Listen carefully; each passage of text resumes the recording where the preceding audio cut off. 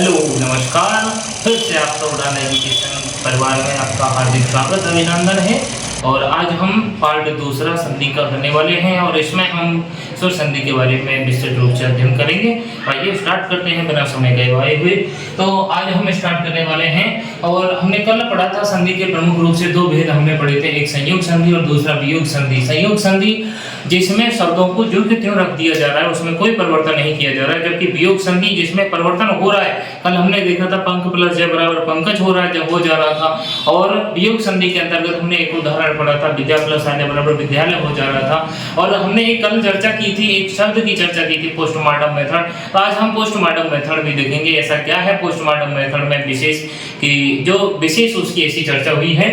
तो आज हम स्टार्ट करते हैं स्वर संधि, जिसको अर्च संधि भी कहते हैं। तो इसके बारे में हम आज विस्तृत रूप से अध्ययन करने वाले। दूसरी हम व्यंजन संधि पढ़ेंगे और तीसरी विसर्ग संधि हम लास्ट में पढ़ने वाले हैं। तो अर्च संधि के बारे में हम पढ़ते हैं। स्वर संधि पे सबसे पहली बात आती है, स्वर संधि कहते किसे हैं? स्वर के साथ स्वर के मेल को स्वर संधि कहते हैं बच्चों। प्रथम पद के अंत में आपको स्वर मिल जाए, या वो ह्रस्व हो सकता है या दीर्घ हो सकता है, ये कोई जरूरी नहीं है, दोनों में से कोई भी हो सकता है। और द्वितीय पद के प्रथम वर्ण में भी दोनों में से कोई भी हो सकता है, ह्रस्व भी हो सकता है और दीर्घ भी हो सकता है, दोनों में से कोई से भी हो सकते हैं, उसे ही स्वर संधि कहेंगे। और स्वर संधि को ही हमें पता है संस्कृत में अच संधि कहा जाता है।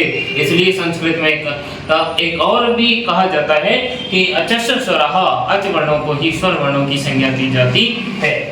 पहला वेद है, बात करते हैं तो इसके 5 वेदों की, दीर्घ गुण वृद्धि यण आदि। इसके साथ साथ में दो और हैं, पर रूप और पूर्व रूप। ये दोनों काम के नहीं हैं, इतने ज्यादा काम के नहीं हैं। दीर्घ संधि पहली हम पढ़ने वाले हैं। दीर्घ संधि अकय सवर्ण दीर्घ इसका सूत्र है, यानी अक प्रत्याहार के बाद यदि प्रथम पद के अंतिम वर्ण में अक प्रत्याहार का कोई भी वर्ण हो और द्वितीय पद के प्रथम वर्ण में यदि अक प्रत्याहार का कोई भी वर्ण हो, तो उसके स्थान पर उसका दीर्घ आदेश हो जाता है, दीर्घ आदेश हो जाता है। यही दीर्घ संधि है, दीर्घ स्वर संधि है। अक है सवर्ण दीर्घ, यानी ए ई उ री। अक प्रत्याहार में कौन कौन से वर्ण आते हैं आप कमेंट करके बताएं। आ ई उ री, ये अक प्रत्याहार के वर्ण हैं। इनके बाद कोई भी इनके समान ही वर्ण आए तो उनके स्थान पर आ ए के बाद आ, ई के बाद ई, उ के बाद उ, री के बाद री हो जाता है। ऐसा नहीं है कि साहब इनके बाद यही नहीं है, इसके अलावा और क्या क्या हो सकता है साहब देखें। ए या आ के बाद ए या आ में से कोई भी आ जाए। अब इस एक नियम के टोटल 4 उपनियम बनते हैं बच्चों। ए के बाद ए आएगा तो आ बनेगा, या ऐसे कह सकता हूं मैं, ए के बाद ए आए तो भी आ बनेगा, आ के बाद ए आए तो भी आ बनेगा, बड़े आ के बाद बड़ा आ आए तो भी बड़ा आ बनेगा, और छोटे आ के बाद यदि बड़ा आ आए या बड़े आ के बाद छोटा आ आए तो भी बड़ा आ ही बनेगा। पक्की बात है। ऐसे ही सेम बाकी के शब्दों में के साथ भी यही सीन है कि बड़ी ई उ री इनके साथ भी सेम सीन है। ऐसा ही में भी आप समझ गए होंगे। तो दूसरी जो संधि, इसके उदाहरणों की मैं एक साथ चर्चा करूंगा, आप एक बार पढ़ लीजिए। आज दूसरी है गुण संधि। गुण संधि का सूत्र होता है आद्गुणे। आद्गुणे सूत्र कहता है यदि प्रथम पद के अंतिम वर्ण में ए या आ हो और उसके बाद दो उत्तर पद के प्रथम वर्ण में ई उ री और री दिए हुए हों, तो ई के बाद ई के स्थान पर ए, उ के स्थान पर ओ, री के स्थान पर अर और ली के स्थान पर अल आदेश हो जाता है। कौन सी संधि में? गुण संधि में गुण आदेश हो जाता है उसका। उसके बाद तीसरी संधि की यदि मैं बात करूं, वृद्धि संधि। वृद्धि संधि का सूत्र है वृद्धि रेचि। वृद्धि संधि का सूत्र क्या है? वृद्धि रेचि, यानी कि यदि प्रथम पद के अंतिम वर्ण में ए या आ के बाद हमें क्या क्या दिखाई दे, ए और ओ में से कोई भी वर्ण दिखाई दे, तो ए के स्थान पर आई, ओ के स्थान औ के स्थान पर औ आदेश हो जाता है। अब समझने वाली बात है कि ये ए बना कैसे है, ए कैसे बना है, जैसा ए प्लस ई बराबर ए बनता है, तो ए प्लस ए बराबर क्या बनेगा, आई बनेगा, यही वृद्धि है। ठीक है, आगे मैं एक ट्रिक की भी यदि मैं बात करना चाहूं यहाँ, तो हमेशा अधिकांश रूप से देखा जाता है कि जितने भी गुण संधि के शब्द होते हैं उनमें ऊपर एक चुटिया होगी, ऊपर इस प्रकार से, वो गुण संधि है, आप आसानी से पहचान सकते हैं। और वृद्धि संधि के अंतर्गत यही एक चुटिया यहाँ जो होगी वो यही यहाँ नीचे दो हो जाएंगी। ये गुण संधि की ट्रिक है और ये वृद्धि संधि की ट्रिक है। उसके बाद बात करूं मैं यड़ संधि की। यड़ संधि का सूत्र होता है बच्चों एको यड़ची। एको यड़ची का मतलब होता है कि यदि ए या आ के बाद एक प्रत्याहार का कोई भी वर्ण आ रहा है तो उनके स्थान पर यड़ आदेश हो जाता है, अर्थात ई का ये, उ का वे, री का रे और ली का ले आदेश हो जाता है। कब होगा, जब ए या आ के बाद ई उ री या री में से कोई भी वर्ण दिया हुआ हो तो। आगे है अयादी संधि। अयादी संधि का सूत्र है एचो ए ये व या वह, यानी कि प्रथम पद के अंतिम वर्ण में यहां तक तो हमने ए या आ के साथ में पढ़ा है, यहां तक हमने ए या आ के साथ में पढ़ा है, लेकिन यहां चेंज होगा बच्चों, ध्यान रखने वाली बात है। ए आई ओ औ के बाद असमान स्वर आएगा और ए के बाद जब कोई असमान स्वर आएगा तो ए ऐ में बदलेगा, आई के बाद जब असमान स्वर आएगा तो आय में बदलेगा, ओ के बाद असमान स्वर आया है तो अब में बदलेगा, औ के बाद यदि असमान स्वर आया है तो वो आप में बदलेगा। मैं भी आपको ये बात इतनी समझ में आई होगी।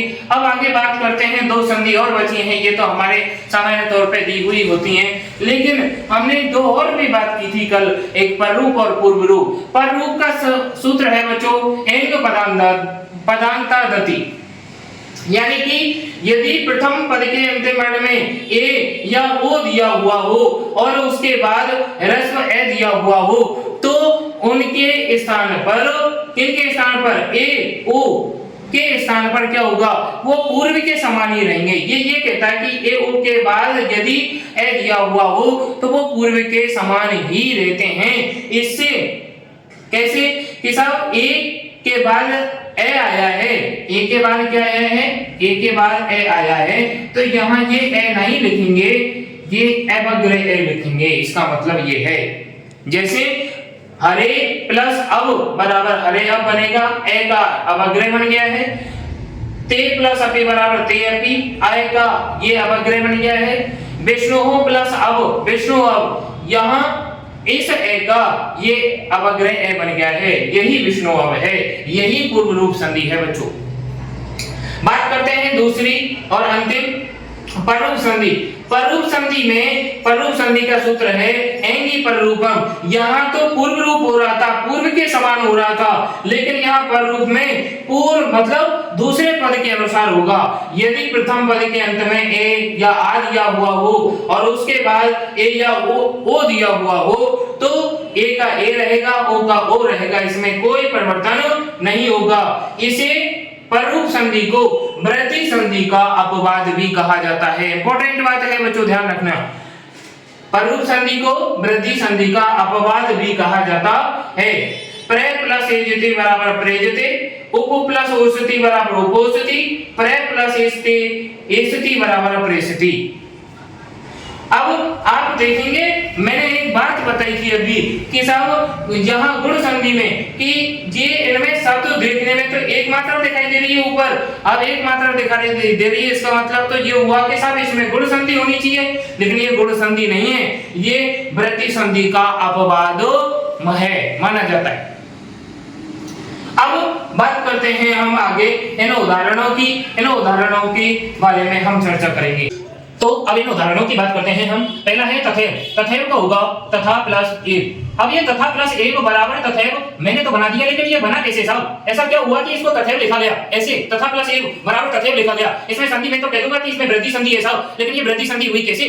आइए बात करते हैं। देखें तथा प्लस एव, तथा इसमें से मुझे स्वर निकालना है, तो मैं स्वर क्या निकालूंगा? बड़ा आ निकलेगा इसमें से, और इसमें से क्या निकला? ए, और इसमें से लास्ट में क्या निकला? वाह। ठीक है, अब देखें हमने वृद्धि संधि में पढ़ा था कि साहब यदि ए या आ के बाद में ए, ओ, आई इत्यादि दिए हुए हों तो उनके स्थान पर क्या हो जाएगा? आई हो जाता है। तो इनके स्थान पर क्या हो जाएगा? इनके स्थान पर हो जाएगा आई प्लस वै प्लस तथ। तो अब ये देखो ध्यान रखने वाली बात है, इसकी एक मात्रा लगती है और इसकी दो मात्रा लगती है। तो ये क्या बनेगा? जब ये इसमें मिलेगा तो ये शब्द बनेगा तथैव, और पीछे क्या बना हुआ है? तथैव। इस प्रकार से दूसरा शब्द ले लेते हैं विधुदय। विधुदय, वधु विधु प्लस उदय। देखिए इसमें से शब्द निकालूंगा, स्वर निकालूंगा नहीं, तो विधु प्लस उ प्लस दय। उ के बाद उ आए तो बड़ा उ में बदलेगा प्लस दय, उससे पहले विध बचा हुआ है। अब ये इसमें मिलेगा तो ये शब्द बनेगा विधु, पीछे दय बचा हुआ है इसलिए विधुदय। और प्रत्येक एक और ट्रिक मैं बता रहा हूं आपको कि यदि यड़ संधि में की बता रहा हूं और अयादि की बता रहा हूं। यड़ संधि में यदि यह और वैसे पहले आधा वर्ण दिया हुआ है और यह और वैसे पहले यदि पूरा वर्ण दिया हुआ है, यदि आधा वर्ण दिया हुआ है तो यण होगी और पूरा वर्ण दिया हुआ है तो अयादि होगी। देखिए मैं बता रहा हूं, प्रत्येक में प्रत्येक का संधि विच्छेद होगा प्रति प्लस एक बराबर प्रत्येक। यहां से शब्द निकालूंगा मैं प्रत प्लस ई प्लस ए प्लस क। यहां ये असमान स्वर आया हुआ है इसलिए प्रत प्लस, इसके बाद असमान स्वर आया है इसलिए ई, ये में बदल जाएगा ये की, ये जो के त्यों बना रहता है ए क। ये इसकी इसमें ये जुड़ेगा, ये आधा है तो आधा लिख दिया, ये आधा है लेकिन ये इसकी वजह से ये पूरा हो गया। एक की मात्रा लगेगी ऊपर प्रत्येक प्रति प्लस एक है बराबर प्रत्येक। बाकी की इनके मैं बता देता हूं। तथा प्लस एव, महा प्लस ऐश्वर्य, महोज महोषधि, ये इंपॉर्टेंट है बच्चों, ध्यान रखना है। उप प्लस इंद्र, पर प्लस उपकार, तब तवलकार, बसंत ऋतु, मम प्लस लेकार, रजनी प्लस ईश, विधु प्लस उदय, इति प्लस आदि, प्रति प्लस एक, नई प्लस अग और लघु प्लस ए बराबर लाघव बनता है। ये पोस्टमार्टम मेथड था जो मैंने अभी आपको बताया। इस प्रकार से शब्द को पूरा खोल दिया और वापस से फिर जोड़ दिया। यदि आपको ये वीडियो पसंद आई है तो आप इसी प्रकार से आगे वीडियो देखने के लिए चैनल को सब्सक्राइब करें, शेयर जरूर करें और thank you so much. Videos बनाने हैं फिल्मोरा है ना।